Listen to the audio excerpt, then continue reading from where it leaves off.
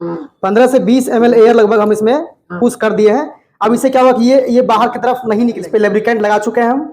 अब इसको हम इस साइड से डालेंगे ताकि वो अंदर में दिखाई भी पड़े हमें कहाँ गया है। यहाँ से हम लोग चेक करेंगे, अगर इसमें से कुछ होगा तो निकलेगा। आप ये अम्बू बैग है, ये है ईटी ट्यूब, ये है जाइलोकेन जेली। हेलो फ्रेंड्स, तो मैं आशा करता हूं कि आप स्वस्थ होंगे। मैं इस वीडियो में बताऊंगा आपको ईटी ट्यूब इंट्यूबेशन के बारे में। यानी किसी पेशेंट को अगर सांस लेने में तकलीफ हो रही हो, सर्जरी होना हो, मेजर सर्जरी, या तो कोई एक्सीडेंटल पेशेंट हो, कोई सीरियस पेशेंट है, तो अगर सांस लेने में तकलीफ हो रही है उस मरीज को, तो हम सांस लेने के प्रॉब्लम को सॉल्व करने के लिए ईटी ट्यूब को इंसर्ट करते हैं। यानी इंडोट्रैकियल ट्यूब को हम लोग ऑल कैविटी के माध्यम से ट्रैकिया होते हुए लंग्स को सपोर्ट करने के लिए दिया जाता है।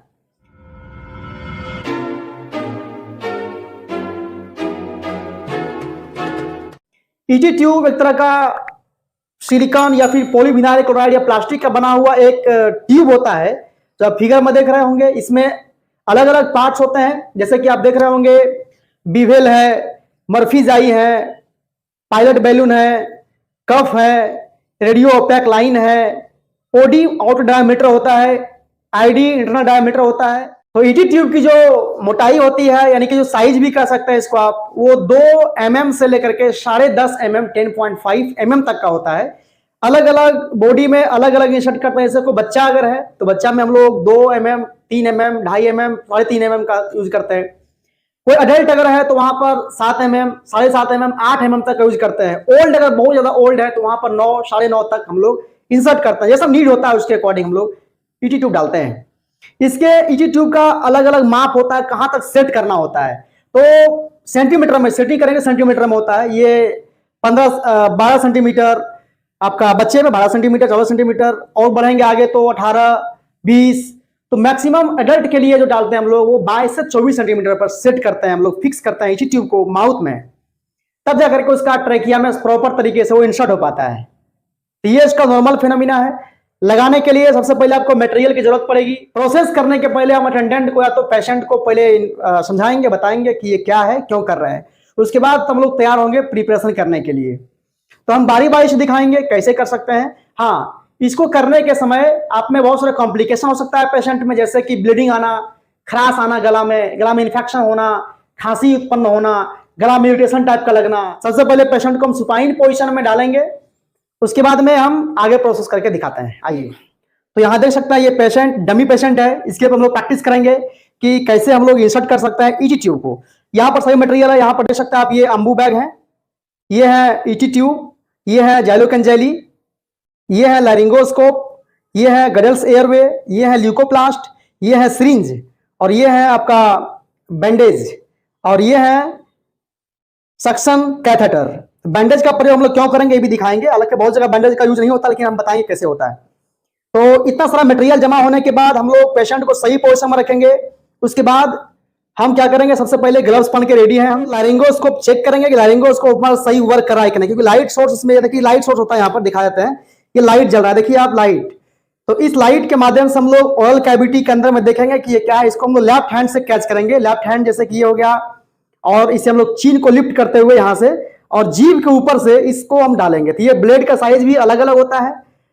तो हम लोग यहाँ पर इसको इंसर्ट करेंगे अंदर में, और अंदर में इंसर्ट करके उसके बाद चेक करेंगे ये हमारा सही है। इसको हम चेक कर लिए हैं। हम चेक कर लेंगे ईटी ट्यूब को कि ये ईटी ट्यूब हमारा सही से एयर फुल रहा है कि नहीं। कई बार ऐसा भी होता है कि ये कफ जो होते हैं वो रप्चर्ड होता है, तो अंदर में डाल दीजिएगा और उसके बाद में कफ चेक एयर भरिएगा तो फिर दिक्कत होगा। तो इसलिए पहले हम लोग चेक कर लेंगे। यहाँ पर एयर भरते हैं क्योंकि ये हवा ही जाएगा इसमें। हाँ, ये हमारा अप्रॉक्स ठीक है, यानी ये रप्चर्ड नहीं है। तो ये लेफ्ट हैंड में पकड़ के और चीन को लिफ्ट करते हुए कुछ इस तरह से, और यहाँ से इस तरफ से पकड़ेंगे, और यहाँ जीभ के ऊपर इसका ब्लेड का अगला हिस्सा रखेंगे और इस तरह से घुमा करके ऐसे इधर कर लेंगे, ताकि अंदर का जो एरिया है वोकल कॉर्ड वो क्लियर दिखाई पड़े अंदर में। तो वो दिख रहा है। दिखने के बाद में यहाँ पर देखिए ये जाइलोकेन जेली दिए हम लोग। जाइलोकेन जेली से क्या होता है कि आपका जो एरिया होगा वो लोकलाइज हो जाएंगे थोड़ा बहुत, और इसके अलावा वो जाने में थोड़ा सा सुविधा होगा अंदर में। इस पे लुब्रिकेंट लगा चुके हैं हम।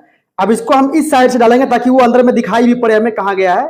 ये सही रास्ते में लगभग जा रहे हैं, और यहाँ से हम धीरे धीरे, और यहाँ पर हम लोग साइज भी देखें कहाँ पे जाना है। ये हमारा 22 क्योंकि ये पेशेंट एडल्ट है, तो 22 पे सेंटीमीटर पर ला करके हम लोग इसको सेट कर चुके हैं। अब जैसे अंदर में जाएगा तो पेशेंट थोड़ा बहुत खराश भी करेगा, वो वॉमिटिंग ऐसा चांसेस बनेगा उसमें। तो यहाँ पर दिक्कत नहीं। उसके बाद पहले हम चेक करेंगे कि हमारा सही रास्ते पर है कि नहीं। एयर को इन्फ्लेट करके यहाँ से चेक करेंगे। जैसे हम लोग हवा देंगे तो यहाँ पर चेस्ट क्या होगा, इनका इन्फ्लेट होगा। दोनों साइड में हम लोग चेक कर लेंगे। अप्रोक्स ठीक आने के बाद ही हम लोग इसको फिक्स करेंगे। फिर स्टेथोस्कोप से चेक करने के बाद में हम लोग पहले चेक कर लेंगे कि अंदर में कहीं सिक्रेशंस तो कुछ नहीं है, क्योंकि सिक्रेशंस जब अंदर में होंगे तो फिर दिक्कत होगा पेशेंट को सांस लेने में। तो हम लोग सक्शन मशीन के माध्यम से इसको जोड़ लेते हैं और यहाँ से सक्शन कैथेटर है, यहाँ से हम लोग चेक करेंगे।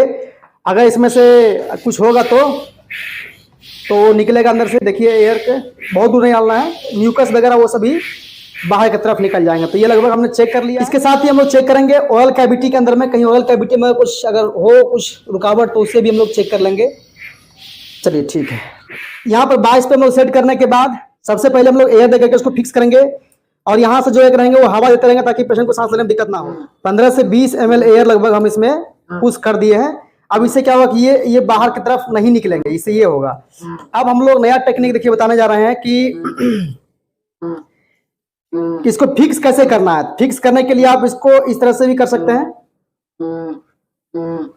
ऐसे घुमा दीजिए और ये थोड़ा बहुत मुंह में तो जाएगा ही, ऐसे रहेगा। और यहाँ से इसको इस तरफ कर लीजिए और यहाँ पर नॉट लगा दीजिए। यहाँ पर हम लोग ऐसे भी सेट कर सकते हैं। इसके अलावा आप इस पर ये एडेसिव टेप या फिर आपको ल्यूकोप्लास्ट का भी टेप लगा करके एक साइड में इसको सेट कर दीजिए। ट्यूब को कटने से बचाने के लिए हम लोग गडल्स एयरवे का प्रयोग करेंगे ताकि ट्यूब हमारा कटे नहीं, क्योंकि होता है कभी कभी पेशेंट जब अनकॉन्शियस होता है, कोमा में होता है ना, तो टिथिंग होने की संभावना बनता है, दांती लगने की संभावना बनता है। तो हम लोग इसको देंगे क्योंकि ये फाइबर का बना होता है, टफ होता है, ये कटेगा नहीं। तो इसको जीभ के ऊपर से हम लोग अंदर में पूरा इसको इंसर्ट कर देंगे, अंदर के साइड में यहाँ तक इंसर्ट करने के बाद में इसको ये इंसर्ट हो चुकेगा। अब हम इस कनेक्टर से अम्बू बैग से एयर दे रहे हैं। इसमें टी पीस भी लगा सकते हैं, इसमें हम वेंटिलेटर मशीन भी कनेक्ट कर सकते हैं। इस तरह से पेशेंट को सांस लेने में जो तकलीफ हो रही है वो धीरे ठीक हो जाएगी। मेजर सर्जरी होने के बाद हम इसको फिर से बाहर निकाल देंगे। लॉन्ग टाइम तक अगर हम इसको ट्रेकिया को अंदर डाले रखेंगे तो ट्रेकिया में इन्फेक्शन के चांसेस बनेंगे। तो प्रयास करें कि इसको सर्जरी होने के बाद बाहर निकालना है। तो वो एक्सट्यूबेशन का प्रोसेस होता है जो कि ट्यूब निकालने के प्रोसेस को बोलते हैं। तो ये टोटली जो प्रोसेस है हमारा, ये है आपका इनोट्रैकियल ट्यूब का। फ्रेंड्स, हमने अभी इंट्यूबेशन करके दिखाया है किस तरह से की जा सकती है और कैसे करते हैं हम लोग। तो आप भी इस तरह से प्रोसेस को करके किसी डॉक्टर सीनियर्स के प्रेजेंस में ही करेंगे, नहीं तो रेस्पिरेटरी प्रॉब्लम्स भी हो सकता है। जानकारी अगर कम हो तो, अदरवाइज आप एक्सपर्ट हैं, फिर कोई दिक्कतें नहीं आनी चाहिए। और वीडियो अच्छा लगे तो वीडियो को लाइक करें और चैनल को सब्सक्राइब करें और वीडियो को शेयर भी करें ताकि जिससे जानकारी लोग को भी मिल सके।